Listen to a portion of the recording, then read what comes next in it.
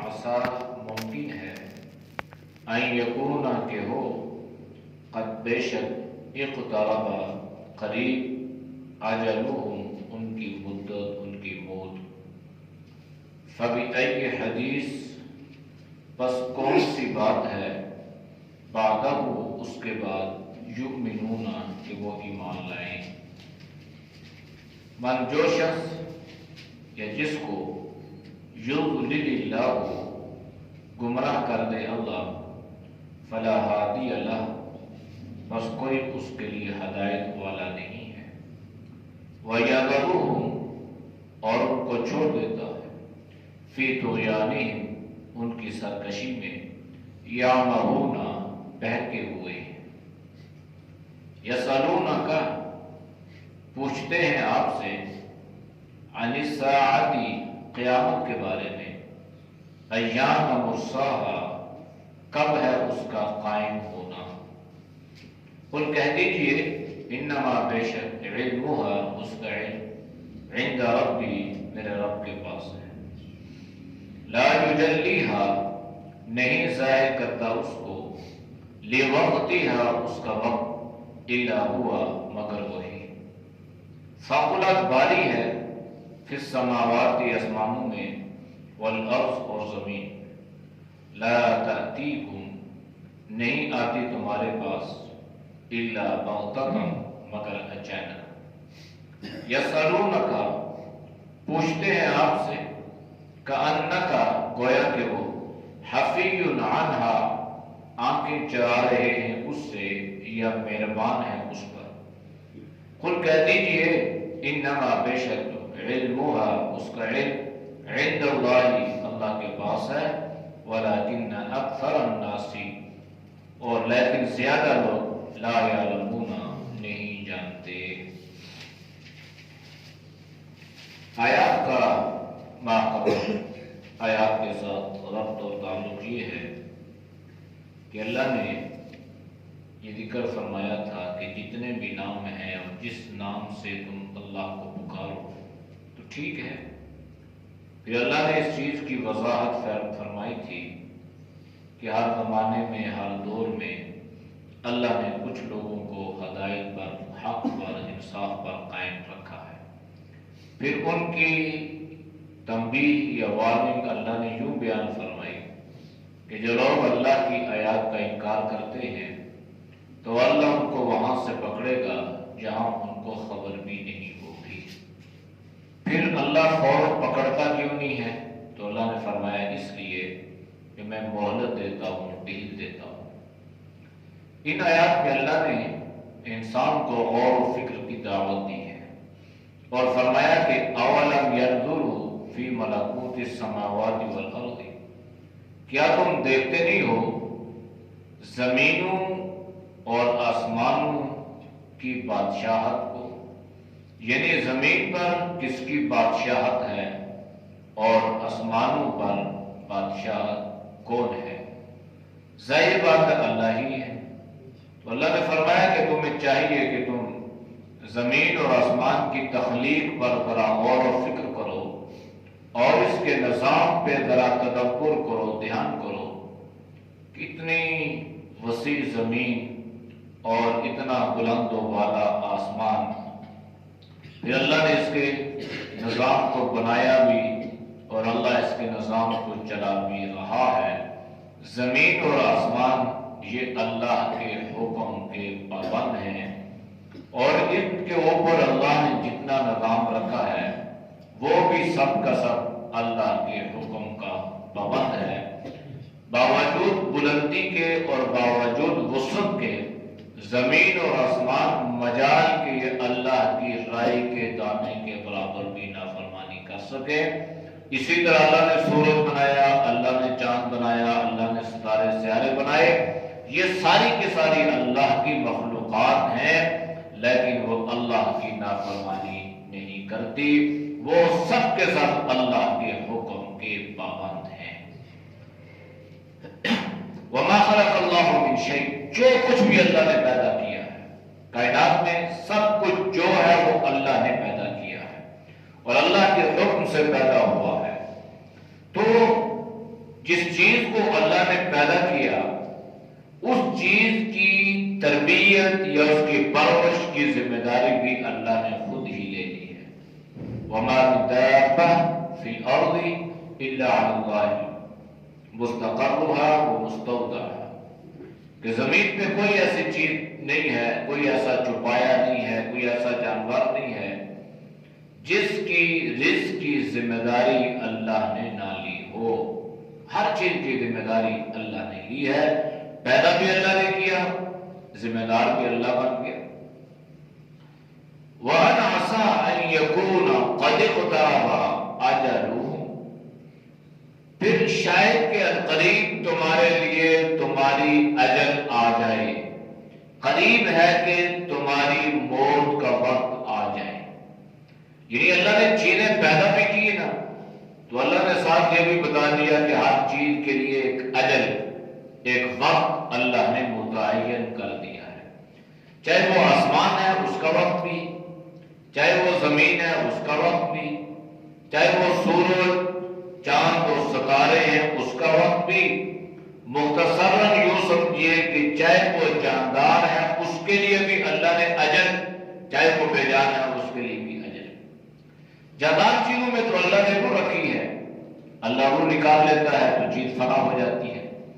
بے جان چیز کی موت کا وقت بھی مقرر ہے کہ بے جان چیز جو ہے جب وہ اپنی اصلیت کھو بیٹھتی ہے، کوئی بھی چیز ہے جب اپنی اصل کھو بیٹھے تو وہ یہ اس کی موت کا وقت ہوتا ہے، یہ اس کی فنا کا وقت ہوتا ہے۔ اس لیے آپ نے ایک حدیث اکثر سنی ہوگی کہ نبی کریم صلی اللہ علیہ وسلم نے فرمایا کہ اگر گھر میں کوئی برتن ٹوٹ جائے تو برتن کے ٹوٹنے پر اپنی عورتوں کو، اپنی نوکرانیوں کو، اپنی کنیزوں کو ڈانٹا مت کرو، اس لیے کہ اللہ نے ان کا وقت بھی متعین کیا ہے۔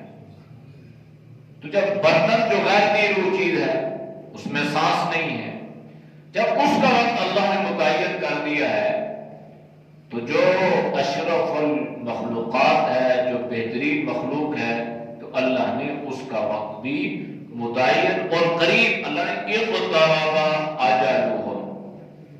دوسری جگہ اللہ نے فرمایا اقترب للناس، قریب ہے لوگوں کے لیے حسابہم، ان کا حساب۔ وَهُمْ فِي غَفْلَةٍ مُعْرِضُونَ، لیکن انسان پھر غفلت میں ہے، معرضون اعراض کرتا ہے، نظر انداز کرتا ہے۔ نظر انداز کریں گے تب بھی ہم حساب سے بچ نہیں سکتے، اور نظر انداز نہیں کریں گے تب بھی حساب دینا ہے۔ لیکن اگر ہم اس اہمیت کو سمجھیں گے، جیسے ایک طالب علم جو ایک اسٹوڈنٹ، اس کو علم ہے کہ میرا کل پیپر ہے، اگر وہ نظر انداز کرے گا، اس کو اہمیت نہیں دے گا، اس کو سیریس نہیں لے گا، تو جب اس کا پیپر، اس کا پرچہ اس کے سامنے آئے گا تو سوائے افسوس اور پچھتاوے کہ اس کے پاس کچھ نہیں ہوگا۔ وہ کہے گا کاش میں یہ پڑھ لیتا، کاش یہ پڑھ لیتا، کاش یہ پڑھ لیتا، نظر سے گزرا تھا لیکن یاد نہیں کیا، تیاری نہیں کی، تو افسوس کرتا ہے انسان۔ تو اس وقت بھی ہم افسوس کریں گے، اس لیے اللہ نے پہلے سے بتلا دیا اقترب للناس، لوگوں تمہارا حساب قریب ہے، نزدیک ہے، لیکن صورت حال یہ ہے کہ پھر تم اس کو نظر انداز کرتے ہو، پھر تم غفلت میں پڑے ہوئے ہو، پھر تم یہ سمجھتے ہو چلو ابھی نہیں، آج نہیں، کل نہیں، پرسوں، پھر چلو، لیکن وقت ملے نہ ملے۔ اس لیے اللہ نے فرمایا فَبِأَيِّ حَدِيثٍ بَعْدَهُ يُؤْمِنُونَ، اب کون سی ایسی بات رہ چکی ہے کہ اس کے بعد تم ایمان لاؤ گے؟ یعنی جتنی باتیں تھی ساری کی ساری باتیں اللہ نے کھول کھول کر بیان کر دی۔ تمہارے جتنے اشکالات تھے اللہ نے ان کو دور کیا، تمہارے جتنے اعتراضات تھے اللہ نے ان کا جواب دیا، اور بڑے مدلل انداز سے اللہ نے توحید کو بیان کیا، اور بہترین انداز سے اللہ نے شرک کا رد فرمایا ہے۔ اب تمہارے پاس کون سا راستہ ہے، کون سی حجت ہے، کون سی دلیل ہے، کون سی سند ہے کہ اب تم ایمان نہیں لا رہے؟ اس لیے اللہ نے استفہامیہ انداز اپنایا، فَبِأَيِّ حَدِيثٍ، اب کون سی بات ہے بعد ان ساری باتوں کے کے بعد کہ یؤمنون تم ایمان لاؤ، یعنی اگر ایمان لانا ہوتا تو تم ایمان لا چکتے، اب تمہارے پاس کون سا راستہ ہے، کون سی سبیل ہے کہ ایمان نہیں لا رہے؟ ایمان لانے کے سارے اسباب تمہارے سامنے آ چکے ہیں، ہدایت کے سارے راستے تمہارے سامنے آ چکے ہیں، اب بھی اگر تم ایمان نہیں لا رہے تو تم، اس کا مقصد اور مطلب یہ ہے کہ تم شیطان کے شکنجے میں ہو، شیطان تمہیں گمراہ کر رہا ہے۔ مَن يُضْلِلِ اللَّهُ فَلَا هَادِيَ لَهُ۔ اب اللہ نے بتلایا نا کہ ایمان کے سارے راستے ان کو بتلا دیے گئے، ہدایت کے سارے راستے ان پر کھول دیے گئے، شرح صدر ہوا نہ ہوا، لیکن اللہ نے ذکر فرمایا من یضلل اللہ، جس کو اللہ گمراہ کر دے، فلا ہادی لہ، اس کو کوئی ہدایت نہیں دے سکتا۔ اچھا، اللہ کا کام گمراہ کرنا نہیں ہے، اللہ کا کام یہ ہے کہ وَہَدَيْنَاهُ النَّجْدَيْنِ، اللہ نے دونوں راستے ہمارے سامنے رکھ دیے ہیں، یہ ہدایت کا راستہ ہے، یہ گمراہی کا راستہ ہے، یہ خیر کا راستہ ہے، یہ شر کا راستہ ہے۔ خیر کے راستے پہ چلو گے تو یہ انعام ملے گا، یہ اکرام ملے گا، یہ عزت ملے گی، شر کے راستے پہ چلو گے تو تمہارے لیے یہ گمراہی ہے اور یہ ذلت ہے اور تمہارا انجام یہ ہے۔ یہ ساری باتیں اللہ نے کھول کھول کر بیان کر دی۔ اب اگر انسان ہدایت کا طالب بن جائے گا، وَيَهْدِي إِلَيْهِ مَن يُنِيبُ، تو اللہ کی طرف رجوع کرے گا، ہدایت کا طالب بنے گا تو اللہ اس کو ہدایت کی زندگی عطا فرما دیں گے۔ اگر ساری چیزوں کے ہوتے ہوئے بھی وہ ان کو خاطر میں نہیں لائے گا، ان کی پرواہ نہیں کرے گا، ان کی فکر نہیں کرے گا، کوئی غور و فکر نہیں کرے گا، کوئی رجوع نہیں کرے گا، کوئی اس کا طالب نہیں بنے گا، تو گویا اس نے اپنے لیے گمراہی کو پسند کر لیا۔ تو جس کو گمراہی پسند آ جائے نا تو اس کو کوئی ہدایت، یہ اصل میں اللہ نے آپ صلی اللہ علیہ وسلم کو یہ تسلی دلائی ہے کہ آپ اتنے پریشان اور دکھی نہ ہوا کریں۔ یہ ظاہری بات ہے، آپ صلی اللہ علیہ وسلم جب لوگوں پہ محنت کرتے، ان کو ہدایت کے راستے پہ لانے کی فکر کرتے، محنت کرتے، ان کو سمجھاتے تو لوگ آپ کے مخالف ہو جاتے، وہ پہلے تھے، مخالفتیں مزید بڑھ جاتی، جب مخالفتیں بڑھتی تو لوگ آپ کو اذیت بھی دیتے، کوئی آپ کو مجنون کہتا ہے، کوئی آپ کو دیوانہ کہتا ہے، کوئی آپ کو کاہن کہتا ہے، کوئی آپ کو ساحر کہتا ہے، کوئی کیا، جتنے وہ اتنی باتیں۔ تو اللہ نے آپ کو تسلی دی کہ آپ ان کی ہدایت کی فکر نہ کریں، اگر ان کے مقدر میں ہدایت ہوگی تو وہ ہدایت یافتہ ہو جائیں گے۔ یہ اصل میں اللہ نے آپ صلی اللہ علیہ وسلم کو تسلی دی ہے، اِنَّكَ لَا تَهْدِي مَنْ أَحْبَبْتَ وَلَكِنَّ اللَّهَ يَهْدِي مَنْ يَشَاءُ، کہ اللہ جسے چاہتا ہے ہدایت، تو اللہ تو یہ چاہتا ہے کہ سب کو ہدایت ملے، کوئی بھی گمراہ نہ ہو، لیکن گمراہی کو انسان خود اپنے لیے پسند کرتا ہے اور اس کو ہدایت کے بدلے میں خرید لیتا ہے۔ أُولَٰئِكَ الَّذِينَ اشْتَرَوُا الضَّلَالَةَ بِالْهُدَىٰ، یہ وہ لوگ ہیں جنہوں نے گمراہی کو ہدایت کے بدلے میں خریدا۔ وَيَذَرُهُمْ فِي طُغْيَانِهِمْ يَعْمَهُونَ، بس وہ جس میں بڑے وہ اس میں اندھے ہو چکے ہیں، وہ سرکشی میں اندھے ہو چکے ہیں، لہذا وہ ان کو چھوڑ دیں، آپ اس کی فکر نہ کریں، بس آپ کا جو پیغام ہے آپ اس پیغام کو پھیلاتے چلے جائیں، آپ کا کام دعوت دینا ہے، آپ کا کام اللہ کی عظمت کو بیان کرنا ہے، آپ کا کام اللہ کی بڑائی کو بیان کرنا ہے۔ فکر یہ نہ کریں کہ وہ آپ کی بات مانتا ہے یا نہیں مانتا ہے، اس کی فکر نہ کریں، بس آپ کا کام یہ ہے کہ آپ ان کے سامنے اللہ کا پیغام پڑھیں، اللہ کی بڑائی کو بیان کریں، اللہ کی عظمت کو بیان کریں، نتیجہ اللہ پہ چھوڑ دیں۔ اگر ہدایت ان کے مقدر نصیب میں ہوگی تو آپ کی بات ان کے دل پہ اثر کرے گی، وہ بات کو مانیں گے، اور اگر ہدایت ان کے مقدر میں نہیں ہوگی تو آپ ان کے سامنے جتنی بھی محنت کریں، جتنی بھی اللہ کی عظمت اور بڑائی کو بیان کریں، وہ ایمان نہیں لائیں گے۔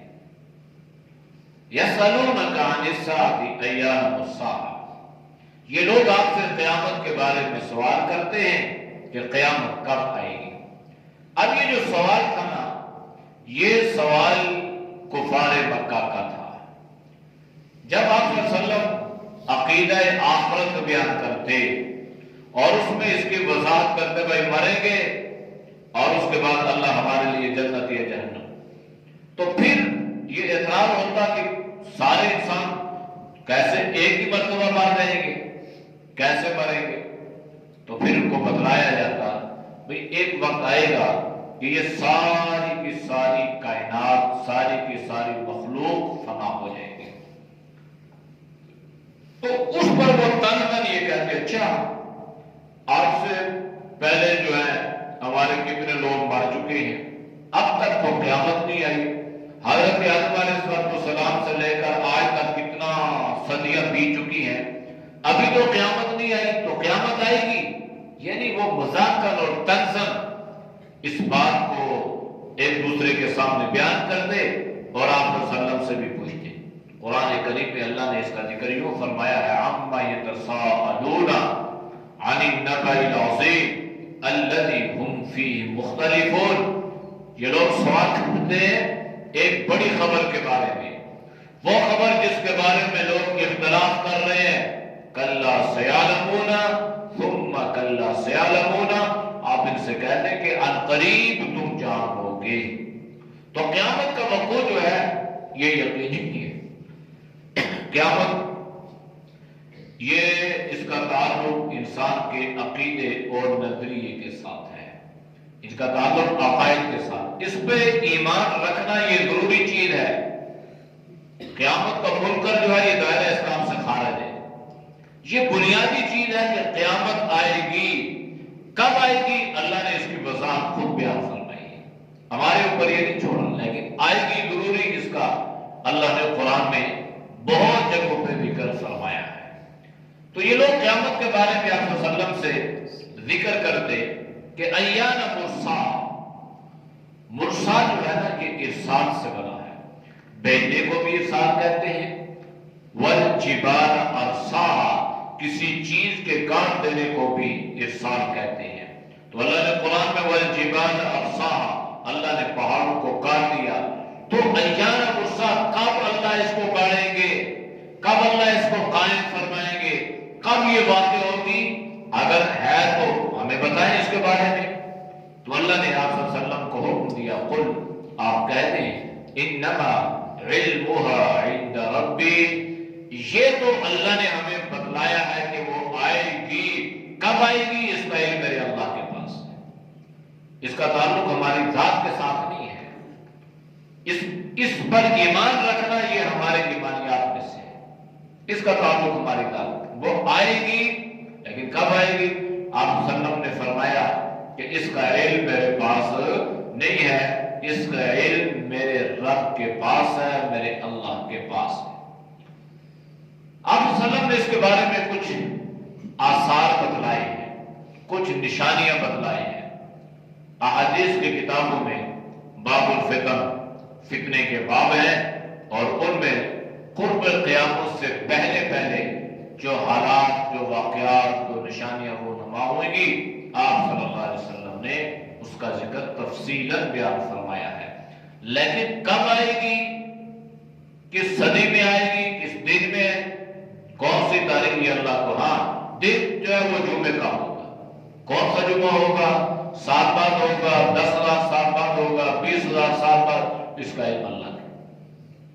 لا یجلیھا لوقتھا الا ھو، اب اللہ نے اس کے وقت کو ظاہر نہیں کیا، اللہ ہی جانتا ہے کب آئے گی، یہ پھر تاکید فرما دیا۔ لیکن یہ ذہن میں رکھو کہ ثقلت فی السماوات والارض، اس کا آنا یہ زمین اور آسمان پہ بھاری ہوگا، بڑی غضبناک ہوگی۔ قرآن میں اللہ نے اس کی تفصیل بیان فرمائی ہے۔ اذا الشمس کورت، اللہ سورج کو لپیٹ دیں گے، سورج لپٹ جائے گا۔ وَإِذَا النُّجُومُ انْكَدَرَتْ، ستارے بے نور ہو جائیں گے اور بے نور ہو کر یہ آپس میں ٹکرا جائیں گے، اور جب آپس میں ٹکرائیں گے تو یہ ایک دوسرے سے ٹکرا کر الجبال سیرت، یہ پہاڑوں کو اللہ چلا دیے، یہ پہاڑ چلا دیے جائیں گے، پہاڑ اپنی جگہ پہ قائم نہیں رہیں گے۔ وَتَكُونُ الْجِبَالُ كَالْعِهْنِ الْمَنْفُوشِ، یہ پہاڑ اس طرح ہو جائیں گے جیسے روئی کو آپ بھونتے ہیں اور وہ اڑتی ہے، تو یہ پہاڑ بڑے بڑے پہاڑ، یہ کیٹو کا پہاڑ ہے، یہ گنگا جمنا کے پہاڑ ہیں، یہ ماؤنٹ ایورسٹ، بڑی بڑی دنیا کی پہاڑیاں اور چوٹیاں جو ہے یہ یوں ایسے ہوں گی جس طرح یہ روئی کے گال ہوتے ہیں، یہ اس طرح انسان کو نظر آئیں گے۔ اور 2005 کا جب زلزلہ آیا تھا تو بہت سارے پہاڑ گرے تھے اور ان میں سے ایسے لگ رہا تھا کہ جیسے یہ روئی جو ہے یہ جا رہی ہے، اس طرح پہاڑ ہو جائیں گے۔ تو اللہ یوں چلا رہا ہے، تو اللہ پہاڑوں کو یوں کر دے گا۔ وَسُيِّرَتِ الْجِبَالُ فَكَانَتْ سَرَابًا، پھر دوسری جگہ اللہ نے اس کو اور انداز سے بیان فرمایا ہے۔ اِذَا السَّمَاءُ انفَطَرَتْ، یہ جو ہے یہ آسمان جو ہے یہ گر پڑے گا۔ یہ ساری چیزیں اللہ نے اِذَا وَقَعَتِ الْوَاقِعَةُ، جو واقع ہوگی، واقع ہونے والی۔ اچھا، الْقَارِعَةُ مَا الْقَارِعَةُ وَمَا أَدْرَاكَ مَا الْقَارِعَةُ، یہ کھڑکھڑائے گی تو کیا ہے کھڑکھڑانے والی؟ وَمَا أَدْرَاكَ مَا الْقَارِعَةُ، آپ کو کس نے بتلایا کہ کھڑکھڑانے والی کیا ہے؟ یہ اللہ ساری چیزیں قیامت کے بارے میں بیان فرما رہا ہے۔ ان اللہ عنده علم الساعہ، قیامت کا علم اللہ کے پاس ہے۔ وَيُنَزِّلُ الْغَيْثَ، بارش کتنی برسے گی اس کا علم اللہ کے پاس ہے۔ وَيَعْلَمُ مَا فِي الْأَرْحَامِ، ماں کے پیٹ میں کیا ہے اس کا علم اللہ کے پاس۔ تو سوال ہوا کہ آج تو بتلا دیتے ہیں کہ بھائی بارش اتنی برسے گی، اتنے سینٹی میٹر برسے گی اور اتنی جگہ پہ برسے گی اور اتنے دن برسے گی۔ آج پیمانے ہیں، آلات ہیں، ذرائع ہیں، بتلاتے ہیں۔ اس کا پہلا جواب تو یہ ہے کہ انسان کا علم آلے کا محتاج ہے، ذرائع کا محتاج ہے، وسیلے کا محتاج ہے۔ تو انسان مشین کے ذریعے بتلاتا ہے کہ ماں کے پیٹ میں کیا ہے، اور اللہ کا علم کسی کا محتاج نہیں ہے، بغیر کسی میٹر کے اللہ بتلاتا ہے اور بناتا ہے کہ ماں کے، بلکہ وہ چیز ابھی وجود میں آتی نہیں ہے، اللہ کو پہلے سے اس کا علم ہوتا ہے کہ یہ اس کے پیٹ میں کیا آئے گا، کتنے دن رہے گا، بچہ ہوگا، بچی ہوگی۔ پہلا جواب۔ دوسرا یہ ہے کہ اس کا اصل جو محققین نے جواب دیا ہے کہ انسان تو بتلا سکتا ہے بھائی بارش ہوگی، بس ٹھیک ہے بارش، اب یہ نہیں بتلا سکتا کہ یہ بارش کس کے حق میں نافع ہوگی، کس کے حق میں ضار ہوگی، کس کو نفع عطا کرے گی، کس کو نقصان کرے گی، یہ اللہ جانتا ہے۔ ماں کے پیٹ میں کیا ہے یہ تو بتلا سکتی ہے سائنس کہ بچہ ہے یہ بچی ہے، یہ نہیں بتلا سکتی کہ آگے یہ کتنے دن گزارے گا، کتنے سانس لے گا، کتنی زندگی گزارے گا، یہ نہیں بتلا سکتی۔ پھر اگر یہ بتلا بھی دیا تو پھر یہ نہیں بتلا سکتی کہ آنے والا بچہ سعید ہوگا، شقی ہوگا یا بدبخت ہوگا یا سعید ہوگا، نیک ہوگا یا برا ہوگا، اس کا علم صرف اللہ کے پاس ہے۔ تو اس لیے اللہ نے ساری چیزیں کھول کھول کے پورے قرآن کریم میں، تو یہ عقیدہ آخرت جو ہے، عقیدہ قیامت، یہ بنیادی چیز ہے۔ اس لیے یہ آئے گی تو یہ بڑی عظیم خبر ہے، یہ بھاری خبر ہے۔ لا تأتیکم الا بغتہ، تمہارے پاس آئے گی اچانک، آنن فانا۔ اللہ کے نبی نے بہت ساری روایات، اس میں ایک روایت یہ بھی ہے کہ انسان کھانے کے لیے جو ہے وہ ہاتھ اپنی پلیٹ میں، برتن میں ڈالے گا، لقمہ بنائے گا، اور اتنے آنن فانن قیامت آئے گی کہ وہ لقمہ حلق میں نہیں ڈال سکے گا۔ آپ نے فرمایا کہ دو آدمی آپس میں بحث شرائع کر رہے ہوں گے، یہاں تک کہ کپڑا بیچنے والا کپڑے کا تھان نکال کے اس کے سامنے رکھ رہا ہے اور اس کپڑے کی پیمائش کر رہا ہے، تو ابھی اس نے کپڑے کی پیمائش نہیں کی ہوگی، قیامت کا وقوع ہو جائے گا۔ یہ ساری چیزیں اللہ کے نبی نے، تو اتنے آنن فانن۔ اب اس میں علماء نے بیان کیا کیوں اچانک آئے گی، اس لیے کہ تاکہ انسان ہر وقت تیاری میں رہے۔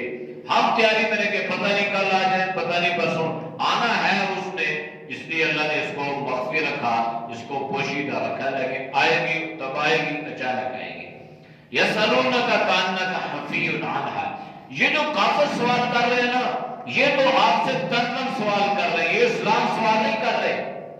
سوال تو صحابہ بھی کرتے تھے، صحابہ نے بھی پوچھا اللہ کے نبی سے، اللہ کے نبی قیامت، ایک صحابی آئے آپ صلی اللہ علیہ وسلم کی خدمت میں، آپ پوچھا اللہ کے نبی متی الساعہ، قیامت کب آئے گی؟ تو اللہ کے نبی نے پوچھا بھائی قیامت کے لیے کوئی تیاری ویاری بھی کی ہے یا خالی سوال کر رہے ہو؟ تو فرمانے لگے اللہ کے نبی کوئی خاص تیاری تو نہیں ہے، لیکن ایک چیز ہے کہ آپ سے محبت بہت ہے، بس یہ ہے، اس کے علاوہ کوئی خاص تیاری نہیں ہے۔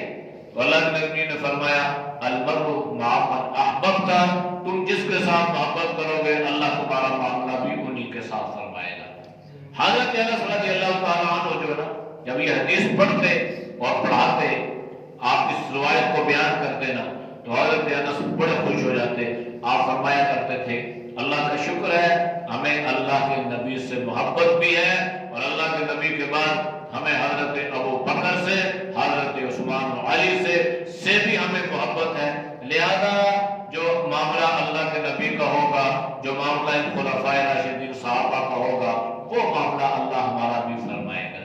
تو محبت جو ہے یہ بڑی بنیادی چیز ہے، نیک لوگوں سے محبت ہوگی تو انشاءاللہ حشر بھی انہیں کے ساتھ ہوگا۔ ہم میں سے نا اکثر لوگ علماء کی توہین کرتے رہتے ہیں، گستاخ وہ فلاں ایسا اور فلاں، بعض لوگ جو ہے وہ سیاسی بنیاد پہ یا مسلکی بنیاد پہ یا فروعی بنیاد پہ کرتے ہیں، بعض لوگ تنقید بھی کرتے ہیں جس سے جو اس طرح۔ تو علماء نے لکھا ہے کہ یہ علماء کی بے ادبی اور گستاخی جو ہے اس کی سزا انسان دنیا میں بھی ملتی ہے اور آخرت میں تو پکی پکی ملے گی۔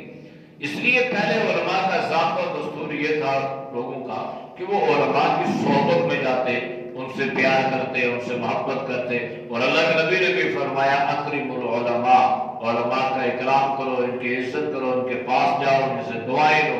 تو اگر علماء سے محبت ہوگی نا آج کے زمانے میں، تو چونکہ ہمارے پاس تو صحابہ بھی ہے نہیں ہے، اللہ کے نبی بھی نہیں، تو ابھی ہمارے پاس اللہ کے نیک بندے ہیں، ہمارے پاس علماء ہیں، ہمارے پاس فقہاء ہیں، حفاظ قرآن، نیک لوگ ہیں۔ اگر ہم ان سے محبت کریں گے تو جو معاملہ ان کا ہوگا اللہ وہ معاملہ بھی ہمارا فرمائے گا، اس لیے وہ خود کے انشاءاللہ اللہ کی رضا انہیں نصیب ہوگی، اور چونکہ وہ آپ صلی اللہ علیہ وسلم کے علم کے وارث ہیں تو اس لیے جو معاملہ ان کا وہ بھی، تو اس لیے علماء سے محبت جو ہے نا یہ بہت ضروری چیز ہے۔ قل انما علمها عند اللہ، آپ ان سے کہہ دیں کہ اس کا علم اللہ کے پاس ہے، لیکن اکثر لوگ جانتے نہیں ہیں، یعنی اس بارے میں سوال کرنا یہ ضروری نہیں ہے، آپ صلی اللہ علیہ وسلم نے اس کی وضاحت فرما دی ہے، بس فکر یہ رہے کہ میں نے قیامت کے لیے تیاری کیا کی ہے، اللہ کی عدالت کا کٹہرا ہوگا، وہاں مجھے کھڑا کیا جائے گا، اور پھر جو ہے میرے کچھ سے سوال جواب ہوں گے، تو میں نے اس بارے میں فکر کرنی ہے اور میں نے تیاری یہی کرنی ہے۔ اعوذ باللہ من الشیطان الرجیم، بسم اللہ الرحمن الرحیم، اولم ينظروا فی ملکوت السماوات والارض وما خلق اللہ من شیء وان عسى ان يكون قد اقترب اجلهم